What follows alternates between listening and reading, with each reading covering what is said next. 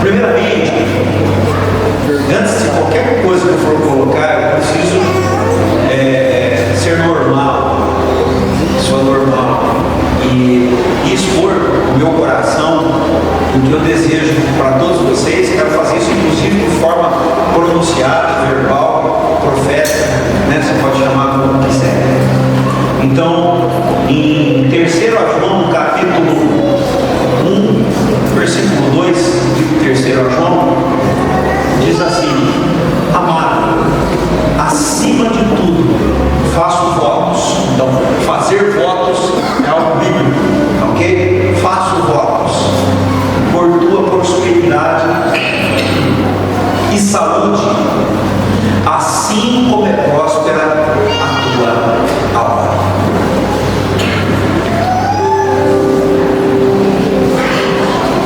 João é um cara legal, um cara mais manso, calmo, tranquilo, não é mais um Bonerves.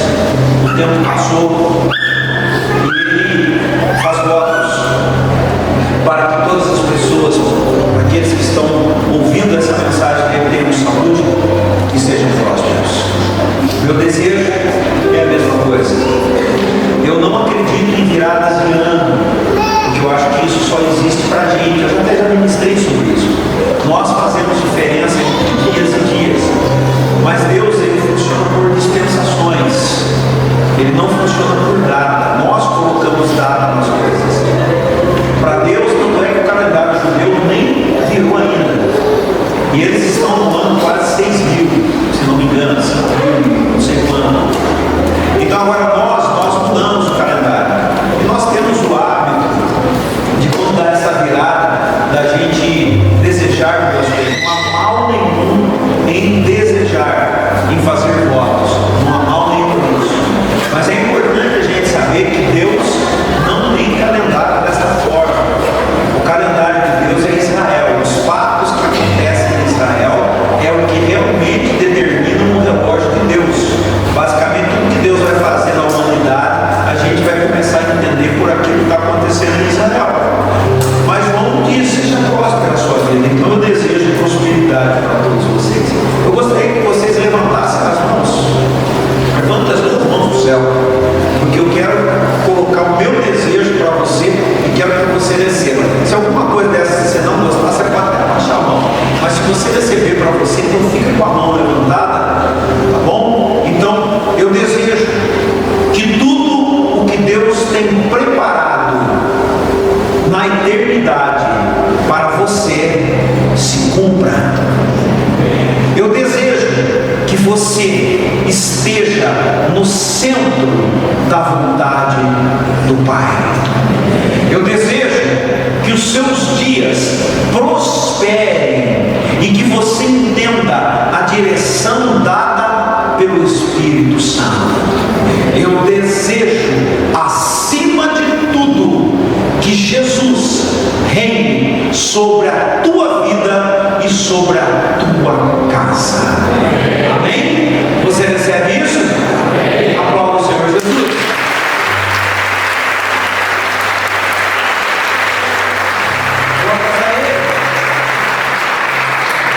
Eu não poderia começar sem dizer isso, sem profetizar.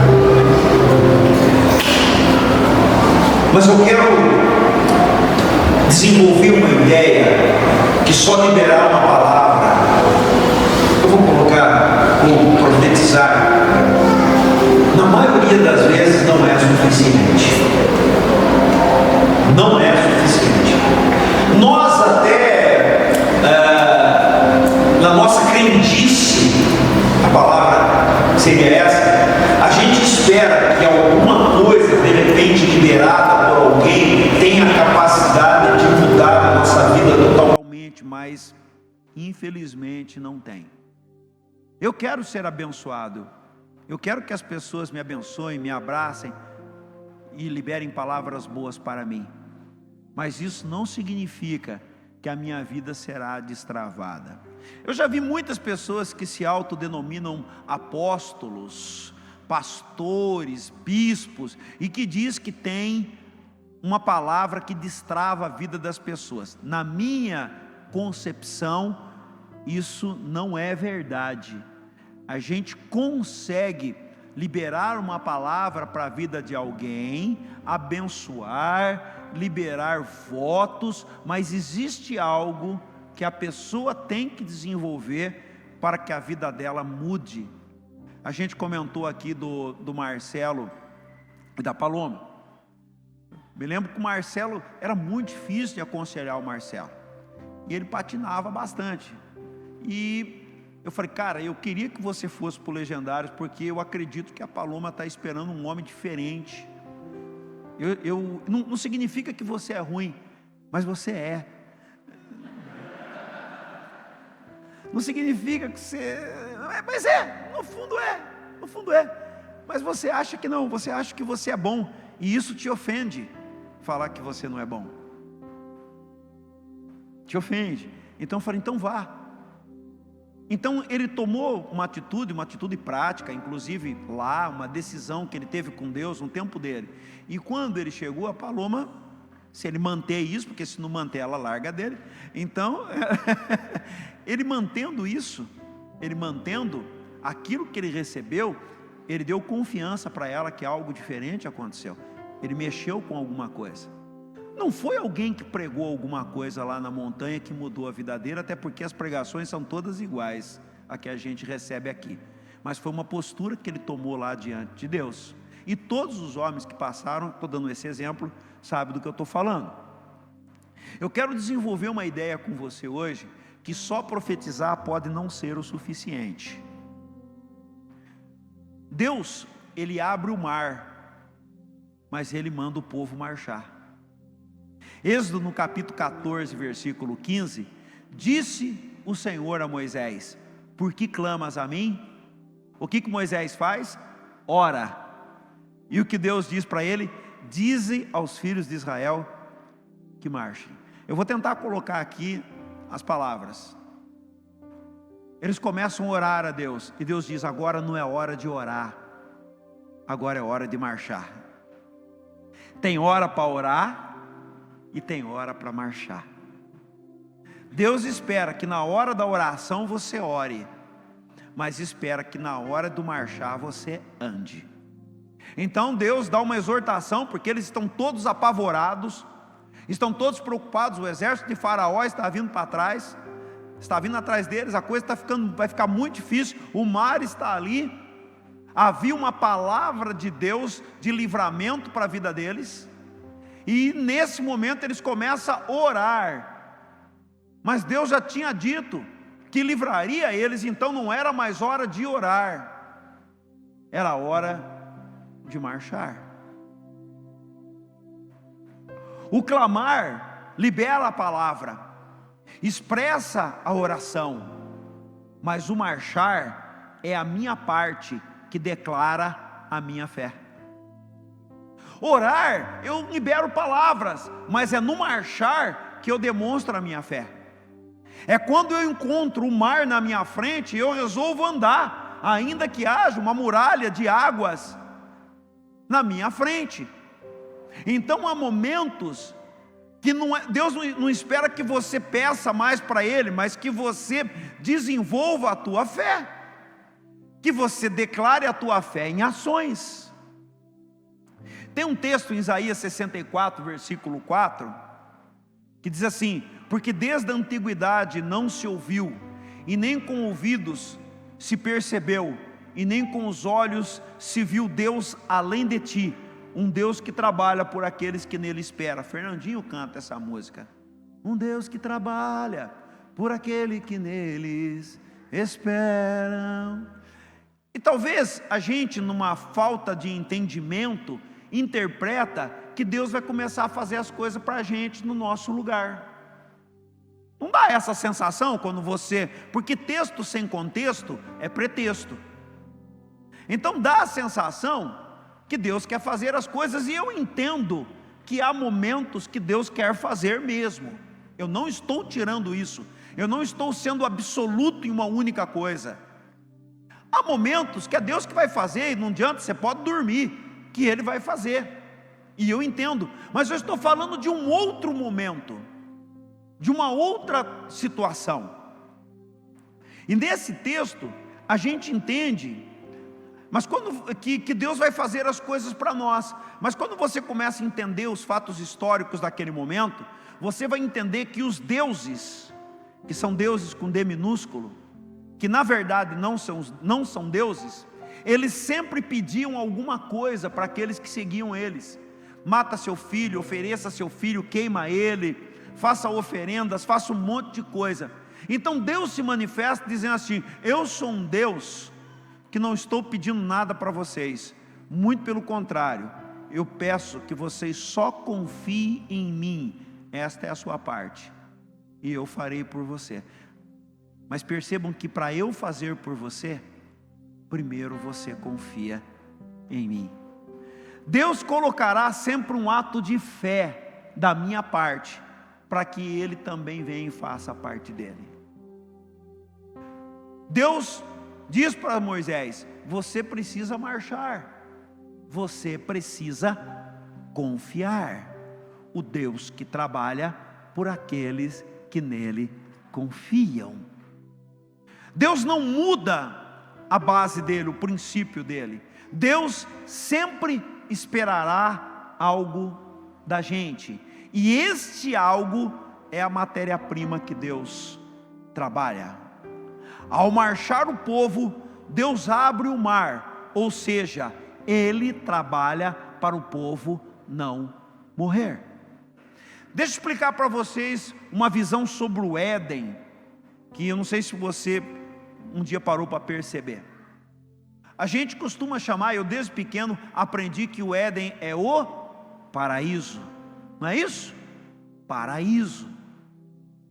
Então, Gênesis capítulo 3, versículo 1 ao 5, diz assim: mas a serpente, mais sagaz de todos os animais selváticos que o Senhor Deus tinha feito, disse à mulher: é assim que Deus disse, não comereis de toda a árvore do jardim? Respondeu a mulher: do fruto da árvore do jardim podemos comer, mas do fruto da árvore que está no meio do jardim. Aonde estava? No meio do jardim.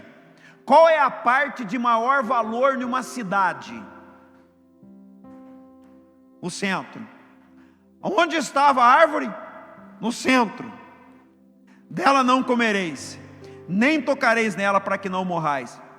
Interessante que a Bíblia não fala onde estava a árvore da vida, mas fala onde estava a árvore da morte. Então disse a serpente à mulher: é certo que não morrereis, porque Deus sabe que no dia em que comerdes, se abrirão os vossos olhos, e como Deus sereis conhecedores do bem e do mal. Irmãos, como que eu posso chamar um lugar de paraíso onde o diabo mora no centro? E Deus chama de paraíso. É o paraíso, é o Éden. Já imaginou viver em um lugar onde o diabo está incorporado numa serpente, em torno de uma árvore que significa a morte e que está no centro? Então a definição de paraíso não pode simplesmente ser interpretada como um lugar perfeito, mas paraíso é um lugar de confronto. Paraíso é um lugar de confronto. Nós hoje estamos vendo igrejas e elas não querem fazer confronto com o povo, elas não querem fazer confronto com o pecado, as pessoas não querem ser confrontadas, elas não querem ser corrigidas, elas não querem. Por quê? Porque elas não querem o paraíso. Elas estão procurando a árvore do conhecimento do bem e do mal.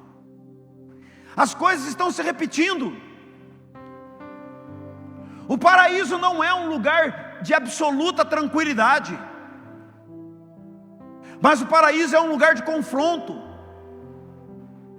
É um lugar onde somos confrontados por Deus a respeito do que nós realmente somos. É um lugar onde Deus me dá uma opção de escolher. Eu posso estar com Ele. É um lugar onde eu tenho oportunidade de escolha. Este é o paraíso. Um ambiente onde eu posso escolher estar sob a direção de Deus ou não. Paraíso não é ausência de problemas, porque o diabo estava no centro. Mas é resolver dar culto a Deus, ainda que o diabo esteja rugindo como um leão ao derredor, procurando quem possa tragar. O meu posicionamento de cultuar a Deus, mesmo diante do leão rugindo, e que não é o leão da tribo de Judá. Esse é o paraíso, um lugar onde eu escolho Deus.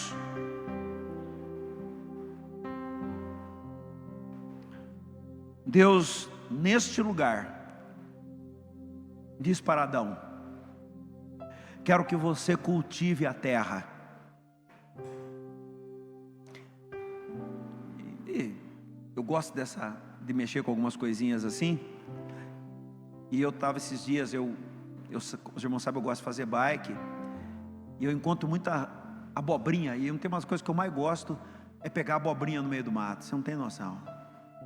Eu gosto de abobrinha, a Isaura sabe disso, mas pegar a abobrinha no meio do mato é uma experiência maravilhosa. O Gustavo sai comigo, ele vê a gente, eu encontro um pé de abobrinha, eu falo, para, desce, e aí eu saio no meio, catando, procurando, aí eu acho as abobrinhas, e eu gosto bastante. E aí, por eu gostar tanto e falar muito sobre isso, a internet começa a mandar coisas sobre a abobrinha para mim, né? Aí eu descobri que para a abobrinha dar bastante fruto, você tem que cortar a cambuquira, Mirinho. E eu ficava bravo, porque eu chegava lá, a turma tinha tirado a cambuquira. Quem não sabe que a cambuquira é o broto da abobrinha. Se você cortar o broto da abobrinha, o broto, a flor vai vir mais forte e vai dar um fruto mais bonito. Então isso se chama cultivar, se chama manejo. Manejar, fazer aquilo dar mais fruto. Deus chega para Adão e diz assim: eu quero que você faça o paraíso dar mais fruto. Então paraíso não é um lugar onde o fruto dá sozinho. Paraíso é um lugar onde você tem que trabalhar para dar fruto, porque é o que Deus pede para Adão. Você vai cultivar. Você vai ter que pegar as árvores aqui que são bonitas e vai ter que limpar. Você está vendo as frutas que estão caindo no chão? Você vai catar tudo, você vai tirar. Você não vai deixar apodrecer, você não vai deixar o lugar ficar feio. O lugar tem que ficar bonito, bem arrumado, limpo. Então Deus diz para Adão: cultive. E eu já comentei isso aqui numa outra ministração que eu ouvi de um pastor, que a palavra cultivar e cultuar tem a mesma origem. Ou seja, Adão cultuava a Deus no mesmo tempo que se disponibilizava a trabalhar para Deus no jardim. Ele cultivava a terra, mesmo tendo o diabo por perto. Ele não parava, ele não desistia. O diabo estar ali não era a razão para ele não fazer. O trabalho de Adão era um culto. E Pedro, em 1 Pedro capítulo 5, versículo 8, sede sóbrios e vigilantes, porque o diabo, vosso adversário, anda ao derredor como um leão que ruge, procurando alguém para devorar. Ei, onde é o teu paraíso? Às vezes nós estamos esperando Jesus voltar e nos levar para o céu. Amém, amém. Vai acontecer, vai ser o fim de todas as coisas, e que dia glorioso e maravilhoso vai ser. Mas eu estou entendendo que Deus quer que a gente faça da nossa vida também um paraíso. E o paraíso não é a inexistência do problema e nem do diabo. É a decisão de fazer dar frutos. É a decisão de limpar a cambuquira, ainda que o diabo esteja no meio atrapalhando. É a decisão de chegar e dizer: Deus, eu te escolho. Eu quero o Senhor, não importa o que vão pensar de mim, eu quero o Senhor. E eu escolho Deus, eu escolho ser amigo de Deus, eu escolho Cristo todo dia.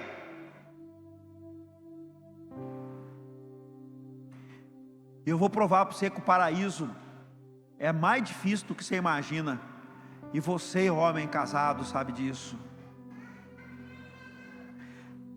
O diabo estava no meio, e Deus ainda resolve deixar a coisa mais difícil e faz uma mulher para Adão.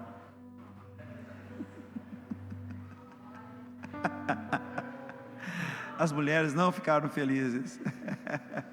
Então, queridos, você tem que entender o seguinte: se você tem uma esposa, é porque um dia, mais para frente, você ia ter uma sogra. Deus faz o paraíso, o diabo está no meio, e a mulher está lá para dar ouvido para o diabo. Olha a situação do Gustavo, a esposa de um lado, a sogra do outro, né, Gustavo? Que situação, Gustavo. Isso é paraíso, Gustavo, para você buscar a Deus.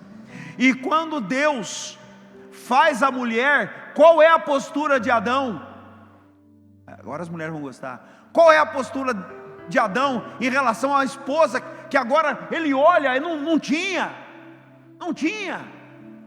Agora ele olha e vê aquele ser lindo, cheiroso, bonito. Ele diz para Deus: uau, agora sim, Senhor, essa é a carne da minha carne, sangue do meu sangue. Vamos traduzir o que Adão disse? Vamos traduzir.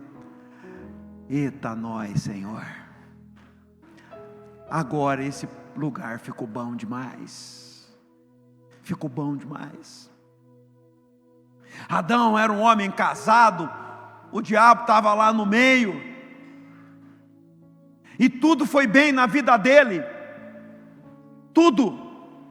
Deus aparecia para ele todo dia às 6 horas da tarde, para completar o culto. Já imaginou? Nós estamos aqui para cultuar o Senhor. Eu costumo viajar bastante na minha mente. Todos nós aqui louvando e adorando o Senhor, e Ele está aqui. Mas de repente todo mundo de olhos fechados, louvando o Senhor. Quando a gente abre o olho, Jesus andando aqui na frente de forma visível. Você atropelava as cadeiras, dava cabeçada na parede. Adão tinha essa possibilidade. Adão todo dia, cultivava a terra, e Deus aparecia para conversar com ele. Com o pecado, o homem é expulso do paraíso, era expulso daquele lugar. Não era só o local que mudou algo dentro de Adão. Não era simplesmente o local, algo dentro dele já não era mais a mesma coisa. E Deus não apareceu mais para Adão às 6 horas da tarde, a partir do pecado. Adão foi expulso do verdadeiro paraíso, que era a possibilidade de estar dentro do projeto de Deus, daquilo que Deus tinha escolhido para a sua vida. Cultue o jardim, cultue no jardim, me cultue através do jardim. Adão perde essa possibilidade. A partir daí, na Bíblia, você não vai ver mais Deus falando com Adão, e Deus começa a falar com Caim. Caim começa a ouvir a voz de Deus, e tudo que Caim ouve de Deus é reprovação. Ou seja, puxa vida, Deus só quer me corrigir. Você já não teve a sensação de falar assim: puxa vida, eu não sei se eu vou mais na colheita, eu só tomo pancada? Eu já ouvi isso um monte de vezes. Pô, Deus só quer me corrigir. Sabe por que Deus quer nos corrigir? Porque Deus nos ama, porque Ele quer manter o relacionamento. Ele tentou corrigir Caim, dizendo para Caim que o pecado batia na porta, e cabia a parte dele não ceder ao pecado. E depois Deus fala com Caim e diz assim: aonde está o seu irmão? ele diz, foi mal educado com Deus, ele disse, eu não sou babá do meu irmão. Após a queda, o homem começa a ter que fazer ofertas. Adão sequer sabia o que era oferta, porque ele tinha a presença. O relacionamento que Adão tinha com Deus gerava intimidade, e a intimidade nos faz conhecer o que é importante para o outro. Adão, pela intimidade que tinha com Deus, sabia o que realmente interessava para Deus. Caim e Abel teve que descobrir essas coisas, sem se relacionar. Adão entendeu que cumprir o propósito de Deus no Éden era tudo o que Deus desejava para a sua vida. Ele só precisava viver, ele não precisava se esforçar, ele não precisava sacrificar, ele não precisava fazer nada, ele só precisava viver. E todo dia dizer para Deus o que ele fez. Quando Deus não vem mais falar com Adão, a vida fica sem sentido. E o que era simples, agora se torna complexo. Adão tem que viver com perdas, com a dor, com a morte do seu filho, e com o diabo, que agora não estava mais do lado de fora, mas estava dentro da sua mente e do seu coração. Aquele inimigo que estava ali, incorporado na serpente, falando, já não está mais naquela condição, porque Adão não pode chegar mais até aquele lugar. Então agora o inimigo veio morar dentro da sua mente e do seu coração, e ele se torna um ser complexo. Ei, como é a sua vida, como é a minha vida? É simples ou complexa? Como é difícil a gente tratar com pessoas muito complexas, e a gente é complexo. Nós perdemos a simplicidade, todos nós perdemos a simplicidade, nós somos complexos. E aí eu fico pensando, o malabarismo, como Deus tem que fazer para atender cada complexidade que está aqui nesta manhã. Como nós somos diferentes um do outro, cada um tem a sua complexidade. Eu convivo com algumas pessoas e eu tenho que pisar em casca de ovo, e às vezes escapa alguma coisa, você acaba magoando uma pessoa. Você nem queria fazer isso, mas magoou, porque nós somos complexos. E como Deus vai conseguir satisfazer os desejos de todos nós? Como Deus vai conseguir satisfazer o nosso gosto? Como Deus vai conseguir satisfazer cada sonho que está aqui? E as expectativas todas? A minha conclusão, simples: Deus não faz isso. Não faz. Eu estava pensando na hora que eu estava meditando essa palavra, eu me lembrei que nós temos 3 barbeiros aqui na igreja. Nós temos o Dani, né, que chegou há pouco tempo. Nós temos o Ney, barbearia. A do Dani, como chama a Dani, a barbearia mesmo? Ela é tio não. Seu Dito, eu falo tio Dito, é Seu Dito. Barbearia Seu Dito. Tem o Ney, barbearia Tegon, e tem o Guerreiro Barbershop. Um exemplo, só estou dando um exemplo aqui, eu sou capaz de apontar para cada um aqui, e conheço a maioria da vida de vocês, e saberia dizer a complexidade que cada um, inclusive olhando para o espelho, a minha complexidade.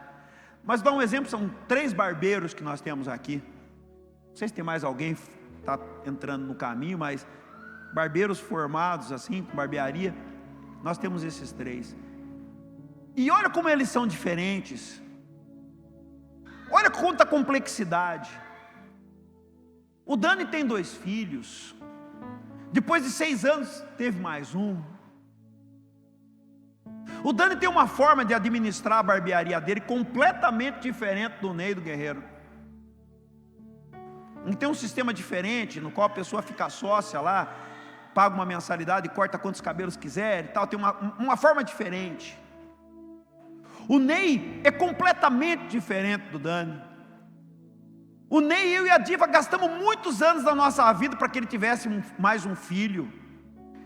Ele falou: não quero uma só. E a Renata até queria, mas ele não queria.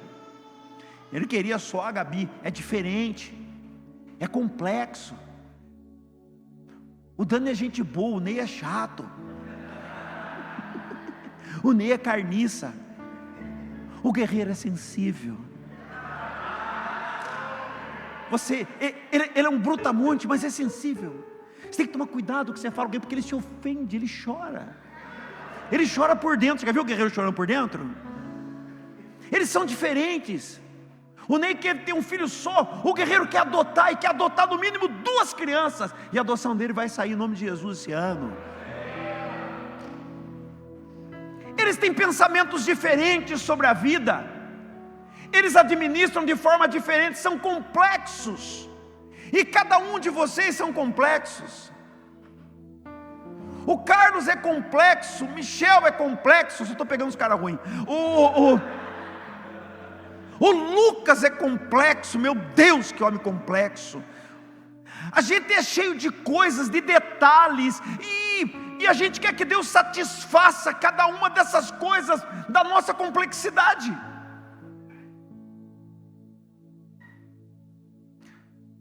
Mas Deus não trabalha desta forma. Cada um acorda de manhã e leva a sua vida de um jeito, conduz de um jeito.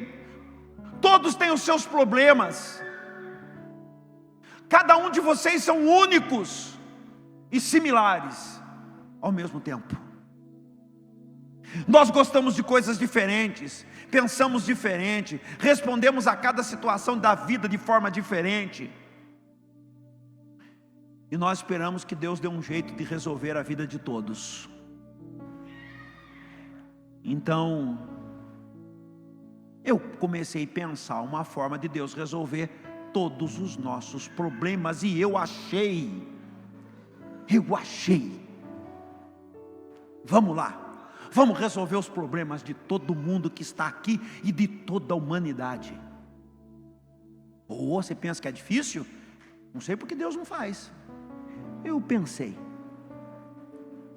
e se Deus desse o número da cena da virada para todos nós? Para todas as pessoas. Todo mundo vai ganhar na cena. Bom, primeira coisa, não vai dar nada para ninguém. Mas vamos supor que o governo começasse a produzir dinheiro para dar 20 milhões para cada um de nós. Legal. Aí você vai na barbearia do Ney, do Guerreiro, do Dani, e eles não estão lá, porque eles ganharam 20 milhões, eles não querem trabalhar. Aí você vai querer pegar um Uber, e o Uber não vai estar lá, porque ele ganhou 20 milhões, ele não quer trabalhar. Aí você vai lá no Samuel para arrumar o carro, e o Samuel fala: tô nada, eu vou para a praia, ganhei 20 milhões. 20 milhões. Só que ele chega na praia, não tem barraquinha. A mulher que frita pastel não está lá para fritar, porque ela ganhou 20 milhões. A vida é complexa e a gente acha que sabe alguma coisa. Você vai para o restaurante, o garçom não está lá, porque ele ganhou 20 milhões. Você quer ir para o hotel, não tem recepcionista, porque ele ganhou 20 milhões. Você quer pegar um avião, não tem piloto, porque ninguém quer dirigir o avião, porque ele ganhou 20 milhões. Mas então, isso não dá certo. Vamos pensar numa outra forma de arrumar? Essa daí tem gente que até que acredita que pode dar certo. Todo patrão é obrigado a pagar 20 mil de salário para cada um de nós. Que legal. Só que aí sabe o que vai acontecer? Todo mundo tem 20 mil, o preço das coisas vão subir e 20 mil não vai valer mais nada. Vai valer tanto quanto vale R$1.000. Por isso que muitos têm dificuldade de entender que nós temos que crescer na vida dentro de uma base consolidada. Aí o dinheiro não vai comprar mais nada e vai perder o valor, porque todo mundo ganha 20 mil por mês. Ah, mas tem algo que nós achamos que Deus pode fazer. Nós achamos que Deus pode fazer isso. E se Deus curar todas as doenças e acabar com todas as guerras, e se Deus matasse o diabo, aí não precisaríamos mais do céu e nem de Jesus, e Deus estaria assumindo a culpa da nossa queda. Mas Hebreus capítulo 6 versículo 18 diz: para que mediante duas coisas imutáveis, nas quais é impossível que Deus minta. Então Deus não pode tirar a consequência do pecado, porque Ele estaria mentindo que o problema foi Ele, e não foi.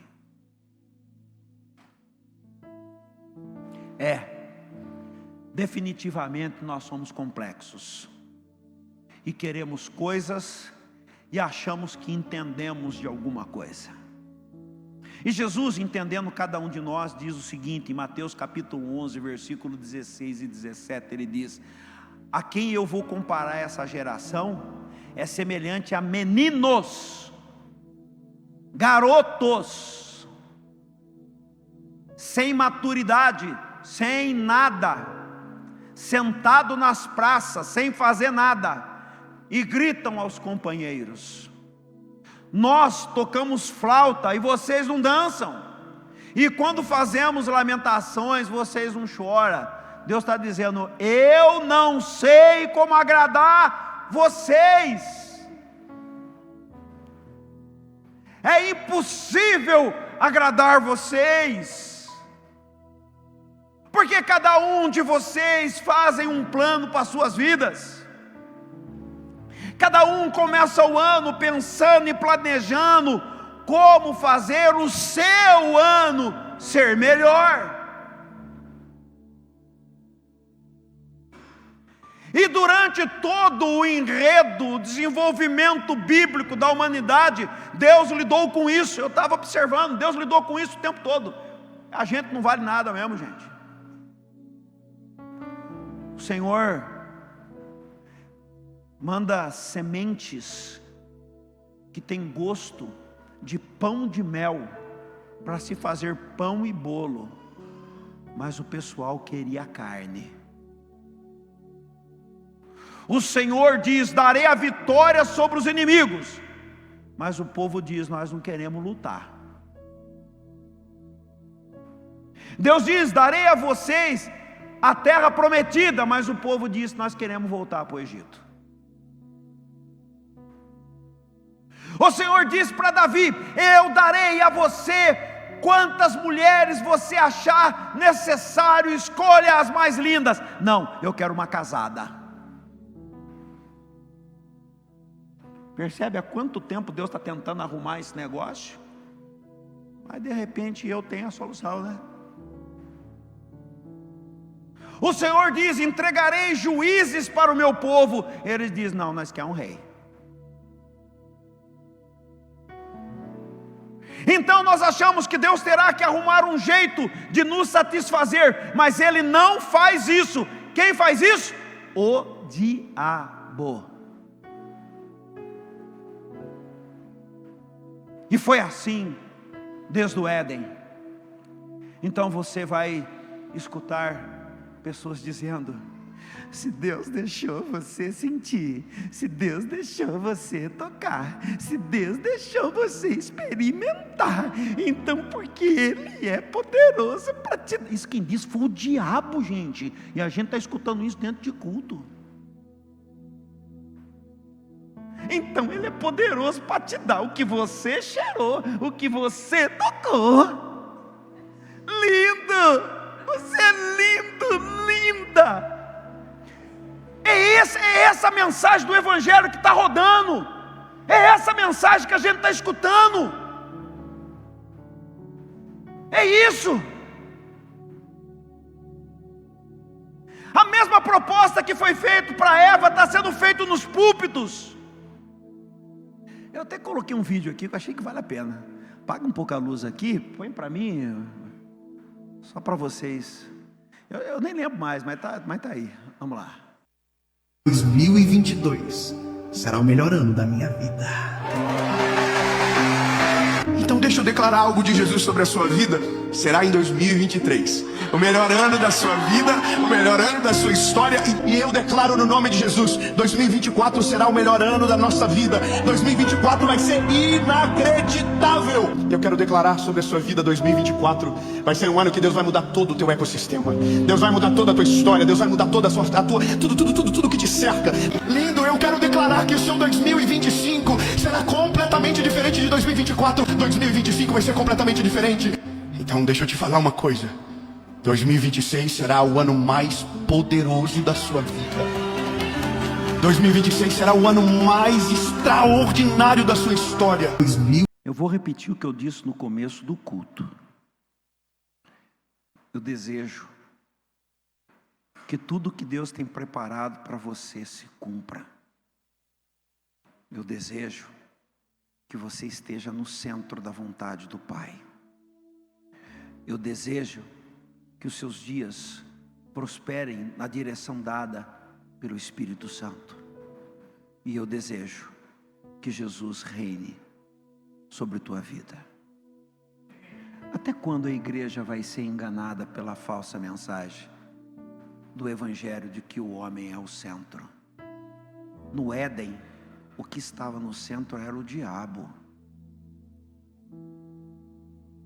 fisicamente.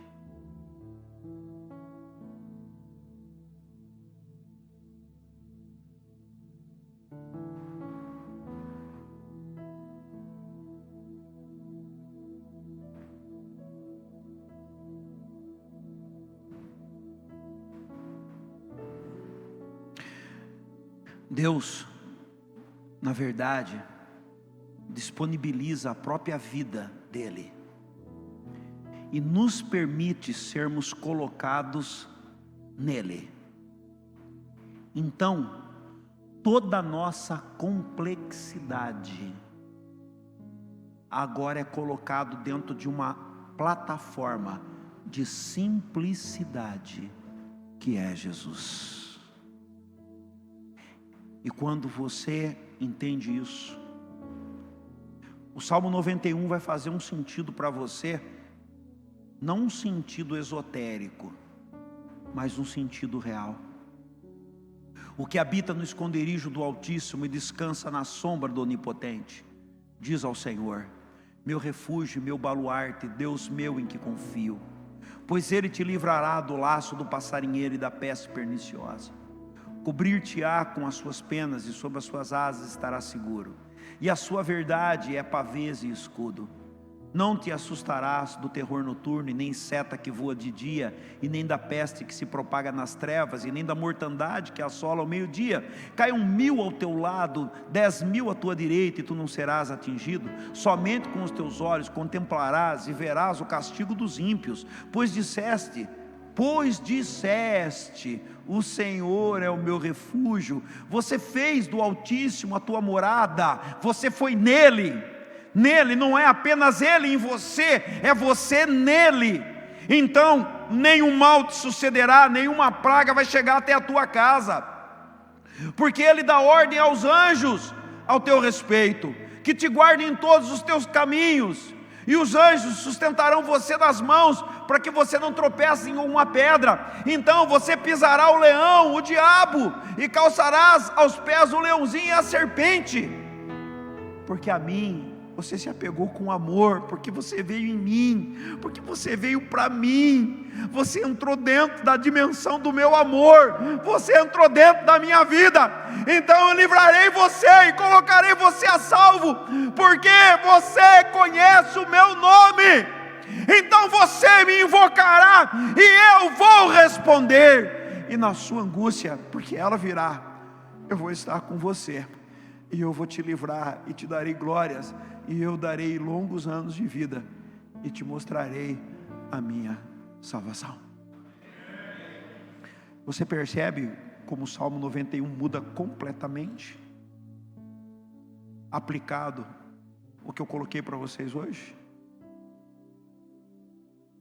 Você vai ter descanso, refúgio, será coberto, terá um escudo, não se assustará, não tomará flechadas, não tropeçará e cairá, terá anjos a seu favor, terá livramento e a vida para todo sempre, porque o lugar é nele, viver nele, não é simplesmente ou somente o Senhor que vive para mim, sou eu que vivo para Ele.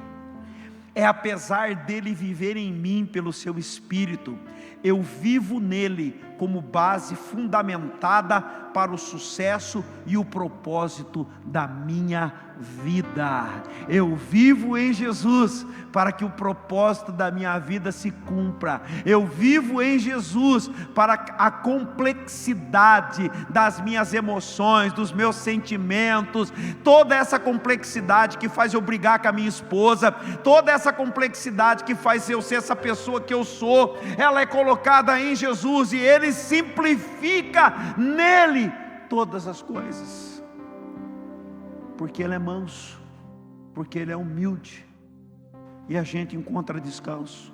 Então, o segundo salmo mais conhecido da Bíblia, o Salmo 23, começa também a fazer sentido, porque então Ele me faz repousar em pastos verdejantes, e leva-me para junto para águas de descanso. Ele refrigera a minha alma, Ele me guia pelas veredas da justiça, por amor do seu nome. E se eu andar pelo vale da sombra da morte, eu não vou ter medo, porque Ele está comigo. O seu bordão e o seu cajado me consola. Ele coloca para mim uma mesa na presença dos meus adversários.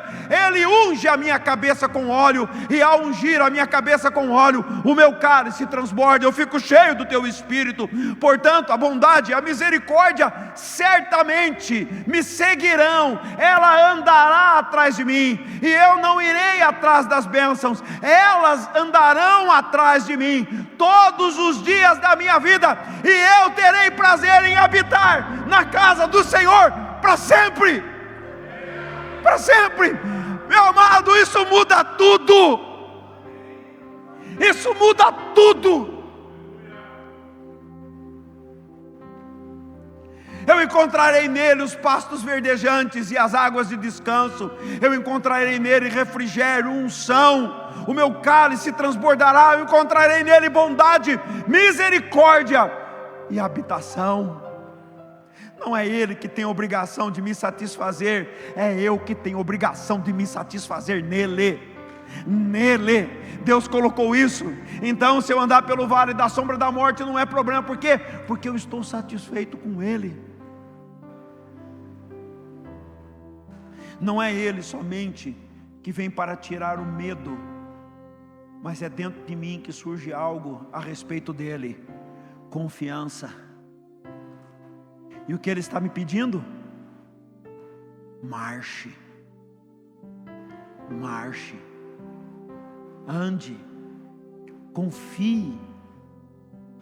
Tem momentos, amados, para orar, mas tem momento para marchar.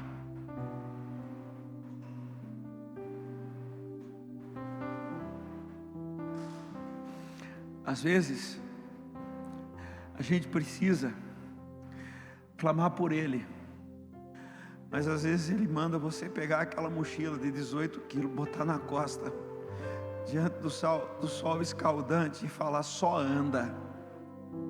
Meu Deus, como faz sentido, né? Como faz sentido. Às vezes você só tem que andar.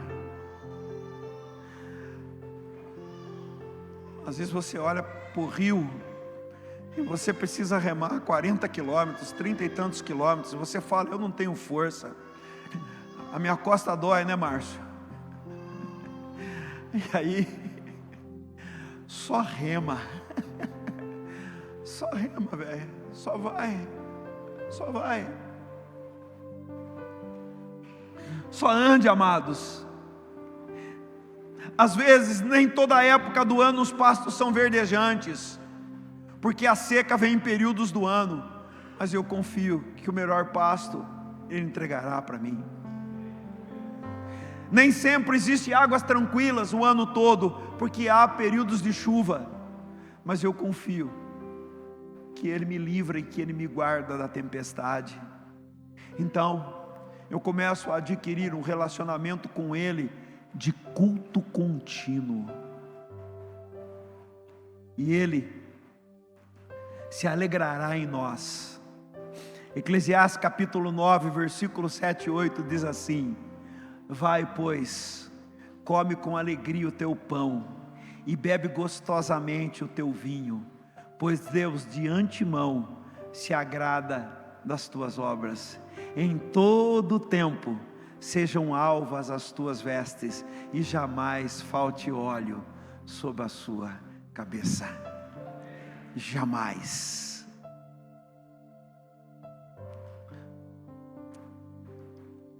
Suas roupas estão alvas, tem óleo na cabeça, então só anda.